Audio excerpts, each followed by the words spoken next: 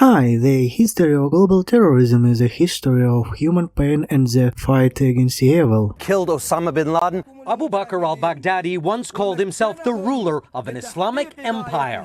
Qasem Soleimani, the Iranian military commander, assassinated in a US drone strike on Friday. At the start of this journey, I decided to create a short video series. There are 4 episodes called Americans Hunt for the Devils. In the series, you'll learn how the United States tracked down and eliminated some of the world's most dangerous terrorists. You'll hear the most informal names for Osama bin Laden, who we'll be talking about today, to other leaders of major terrorist organizations. I really appreciate a like and a subscription to the channel. Let's go started.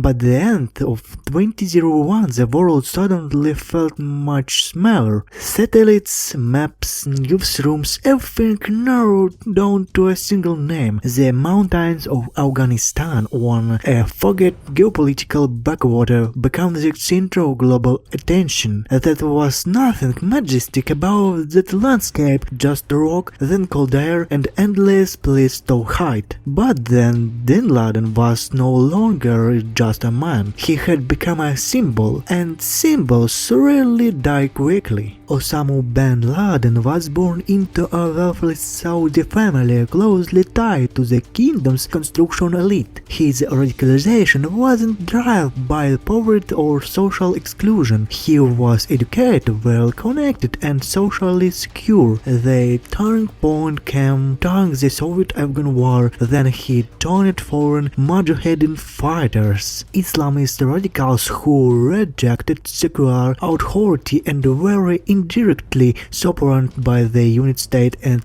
its allies. It was there that the idea of global jihad took shape, not as local resistance, but as a transnationality mission to build a unified caliphate. For bin Laden, religions became a tool of political mobilization and personal power. He co-founded and financed al-Qaeda, turning skirted militant chaos into an ideological infinite network. Under his leadership of financial backing comes the 1998 bombings of US embassies in Kenya and Tanzania, the 2000 attacks on the US scholar, and the ultimate the 9/11 attacks in 2001. These attacks didn't just kill thousands, they reshaped the global security order. Bin Laden's strategy was deliberate to drag the United States into long asymmetric wars. His violence was calculated, not impulsive. For nearly a decade, rumors of his death surfaced again and again. Illnesses, airstrikes, betrayal from vision. Some claimed he had long been dead, conventionality justifying an endless war. Others portrayed him as untouchable. Media speculation blurred facts and fueled myths. The reality was far less dramatic. The declassification process began in 2012. And by 2017, the declassified files were massive. At one point, I came to realize this is where I was going to find al-Qaeda's internal communications.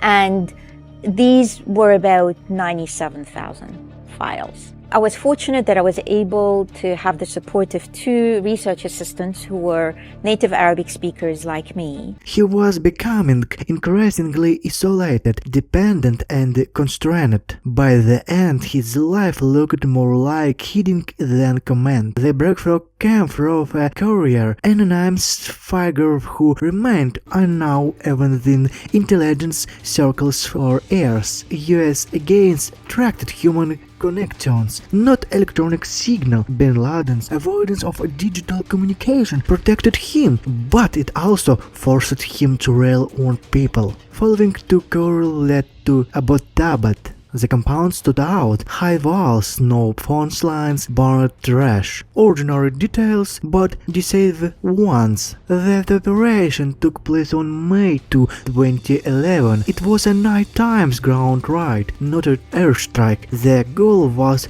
identification, not destruction. Bin Laden was shot inside the compound. His identity was confirmed through DNA analysis and visual evidence. The mission lasted less than an hour. There was no live broadcast. Precision mattered more than spectacle. Bin Laden's death marked the symbolic and al-Qaeda's dominance. The network survived but fractured, losing coherence and authority. For the unit state, it was a political and psychological victory, not a strategic consolation. Terrorism didn't despair, it adapted. The underlying causes remained.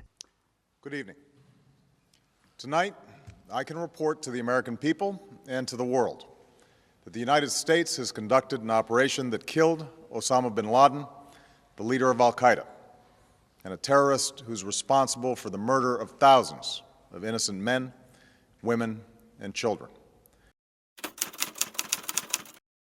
Post-2003 Iraq was a country without gravity. Institutions collapsed, authority dissolved, and violence filled the void. Zarqawi did not create the chaos, he weaponized it. His name quickly became synonymous with spectacle brutality. Born in Jordan, Zarqawi emerged from criminal environments and prison radicalization. Unlike early jihadist elites, his extremism was visceral rather than theoretical. He arrived in Afghanistan late and never belonged to al-Qaeda's inner circle. The US invasion of Iraq provided opportunity. His ideology crystallized amid war, not before it.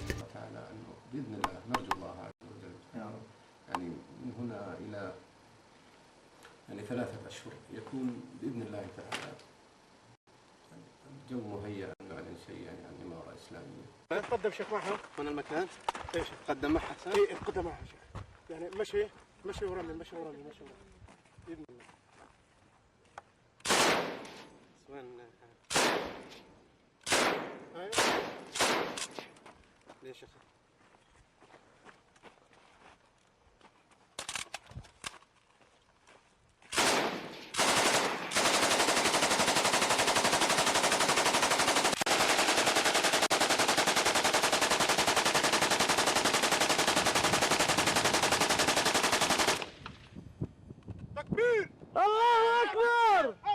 والله لتهزمن أمريكا في العراق بسلاحها بعون الله تعالى. الله أكبر. الله أكبر.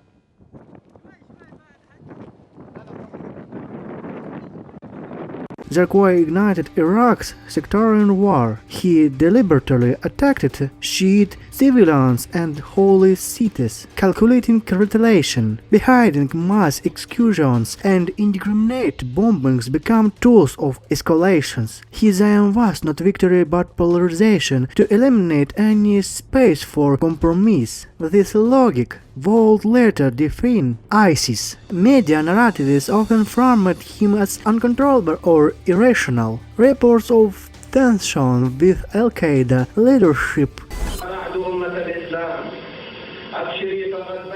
circulate widely. This conflict excited but cooperation persisted. The myth of madness obscure-tinted. Zarqawi's violence was systematic and strategic. Intelligence relied on local informants, surveillance, and intercepted communications. Zarqawi moved frequently but insisted on personal oversight. The need for control created vulnerability. In 2006, actionable intelligence pinpointed his location near Bakuba. Trust not technology betrayed him. In June 2006, a US airstrike hit the house where Zarqawi was staying. He survived the initial blast but died shortly after. There was no public display, no spectacle. His death was operational, no symbolic. Violence in Iraq continued. Zarqawi's methods survived him. His organization eventually becoming ISIS. He did not build permanence. He established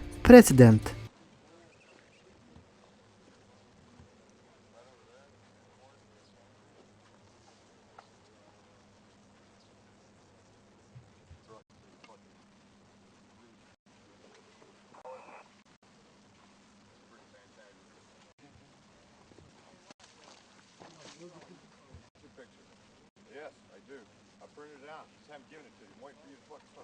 Thanks for watching part 1. Don't forget to like the video, subscribe to the channel, and I'll see you in part 2. See you, goodbye.